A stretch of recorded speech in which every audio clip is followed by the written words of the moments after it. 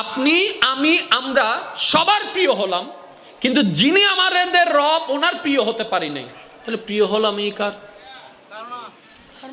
কেউ আমাদেরকে পছন্দ করে না, কিন্তু রব বলে আমি তোকে পছন্দ করি। তাহলে আপনি অপ্রিয় হলেন কার? অপ্রিয় হলেন কার?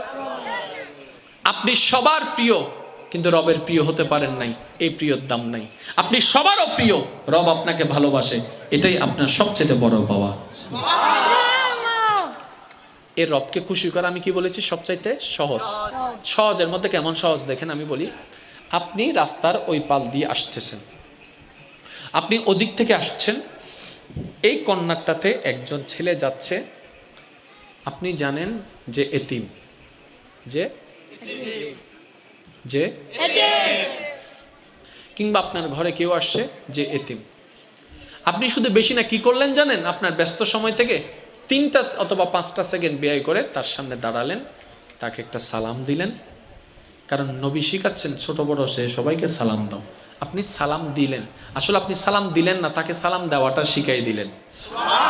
আপনি তাকে সালাম দিলেন, দেওয়ার পরে একটু কথা বলে হাসি মুখে শুধু মাথায় একটু হাতটা বুলাই দিলেন, আর মনে মনে নিয়ত করলেন, আল্লাহ তুমি বলেছো এতিমদেরকে ভালোবাসতে, আমি তোমার ভালোবাসা পাওয়ার জন্য কাজটা করার চেষ্টা করছি মওলা, তোমাকে রাজি করার জন্য।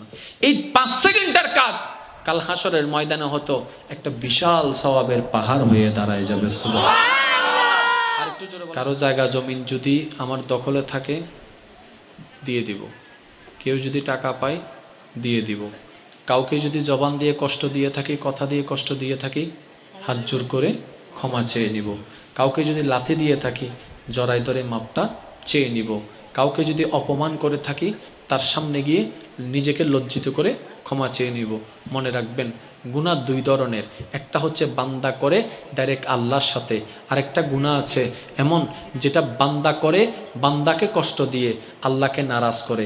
মনে রাখবেন, যেটাতে বান্দা এবং আল্লাহর সম্পর্ক, ওইটাতে মাপ পাওয়া 100% সহজ, আর যেটাতে আল্লাহ এবং বান্দার মাঝখানে আরেকজন বান্দা থাকে, এটাতে মাপ পাওয়া সবচেয়ে বড় কঠিন। তাই আমি সকলের কাছে অনুরোধ রাখবো, আমরা সবাই কে কি পরিচয় সব ভুলে যাই। আমরা আজকে থেকে শুধু অপরজনের দিকে তাকালে একটাই পরিচয় রাখবো, এটা আমার আল্লাহর বান্দা, এটা আমার আল্লাহর বান্দি, এটা আমার নবীর উম্মত, এটা আমার নবীর উম্মত। আর কোনো পরিচয় জানতে চাই না, আমি সবার উপকার করব আমার রবকে খুশি করার জন্য। আপনি মানুষটা হবেন এলাকার নিয়ামত। সুবহানাল্লাহ বলবেন না? এবার আসেন, আমাদের বাপ দাদা আছে না, ওনাদের কথা শুনলে কি আমাদের সুবহানাল্লাহ আসে? বলেন না ভাই। সুবহানাল্লাহ কিন্তু আসলে জোর করে আনা যায় না, এটা মন থেকে ভালোবাসার কারণে আসতে হয়। জোরে বলেন ঠিক কিনা? আমাদের নিজের রক্তের মা বাপ দাদা, ওনাদের কথা বললে আমাদের সুবহানাল্লাহ। কিন্তু বড় মজার বিষয় দেখেন, আল্লাহ রসুলের সাহাবাদের কথা আসলেই সুবহানাল্লাহ চলে আসে। তাবিন, তবে তাবিনের কথা আসলেই সুবহানাল্লাহ চলে আসে। সালিহিন, আল্লাহর প্রিয় বান্দাদের জীবন সামনে আসলে সুবহানাল্লাহ চলে আসে। কিন্তু আমাদের জীবন তো এখনো সুবহানাল্লাহ আসার মতো হয় নাই। তার মানে আমাদেরকে ওনাদের চরিত্রের অংশটুকু ফলো করতে হবে। তার মধ্যে আমি আপনাদেরকে একটা কথা বলি, যেটা আমরা আমাদের সাথে যেন মিলাতে পারি।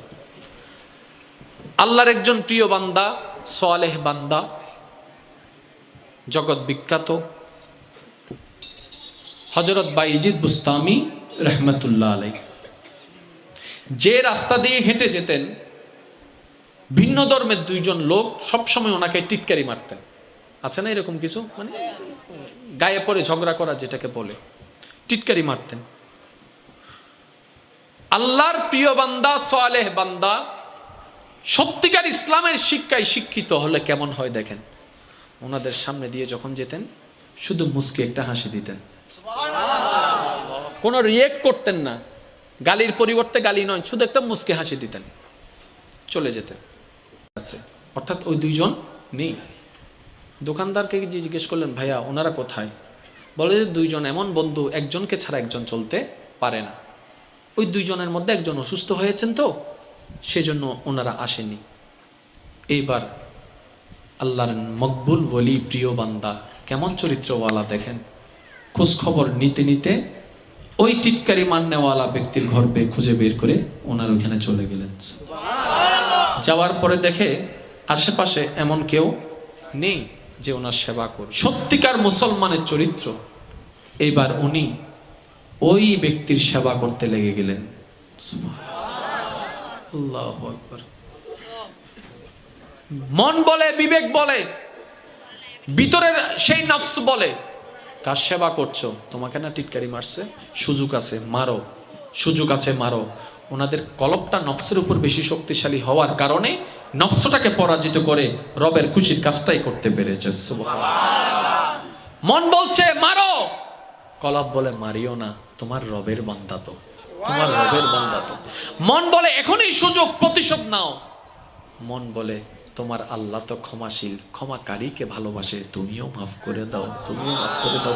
সমস্ত কিছুকে বিসর্জন দিয়ে উনি সেবা করতে লাগলেন, সেবা করতে লাগলেন। এবার আপনার একটু কল্পনার জগতে ভাবতে থাকুন, এমন ব্যক্তি, নিরুপায় ব্যক্তি যদি এমন ব্যক্তি থেকে সাপোর্ট পায়, সেবা পায়, যাকে সে টিটকারি মারছে, যাকে সে আঘাত দিয়েছে, এমন ব্যক্তি যদি তার সেবা করে, এর চেয়ে বড় লজ্জার আর কিছু হতে পারে? এর চেয়ে বড় অপমানের আর কিছু হতে পারে? কিন্তু ওই যে বুক ফাটে, তো মুখ ফাটে না, বলার মতো কিছু নেই। এদিকে সেবা নিতেই আছে, চোখ থেকে পানি ঝরঝর করতেই আছে।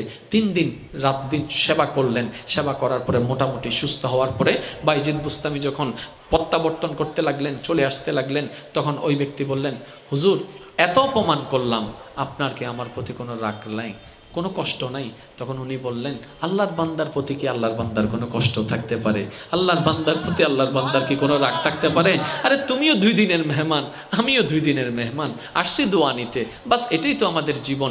এই চরিত্রটা দেখে সে ব্যক্তি বলে, আপনার ধর্ম যদি আপনাকে এই শিক্ষা দেয়, আমি আজকে বলতে বাধ্য হলাম পৃথিবীর বুকে এর চাইতে শ্রেষ্ঠ ধর্ম হতে পারে না, যে ধর্মের মানুষগুলো এত সুন্দর চরিত্রের হয়। तकबीर, আল্লাহ, नारे रिसालत, नारे गौसिया, पवित्र उरुस मुबारक। উচ্চ আওয়াজে বলেন না সুবহানাল্লাহ। আজকে দেখেন মানুষ আমাদেরকে দেখলে, মাফ করবেন আমাকে কথাটা বলতে, আমি মাঝে মধ্যে যখন রাস্তা দিয়ে হাঁটি, কুকুর যখন তাকায় থাকে, আমার মন বলে আর কি, কেউ এটা ব্যক্তিগতভাবে নিবে না, এটা আমার মন বলে। আমার মাঝে মধ্যে মনে হয় কুত্তা আমাদেরকে দেখে হাসে আর বলে, ভাগ্যিস মানুষ হই নাই। কুত্তা, আমার মন বলে, এটা আমি জানি না কারো হয় কিনা, কুত্তা আমাদের দিকে তাকায় বলে যে আল্লাহর কাছে শুকরিয়া যে মানুষ হই নাই, কারণ তোদের মতো মানুষ হওয়ার চাইতে কুত্তা হওয়া অনেক ভালো। তোরা তো চুক উল্টাইতে 2 মিনিট করস না। আর আমি কুত্তারে দেখ, কখন একজন একটা বিস্কিট দিছিল, এখনো তার ঘর আমি চিনি। কখন একজন একবার পাউরুটি দিছিল,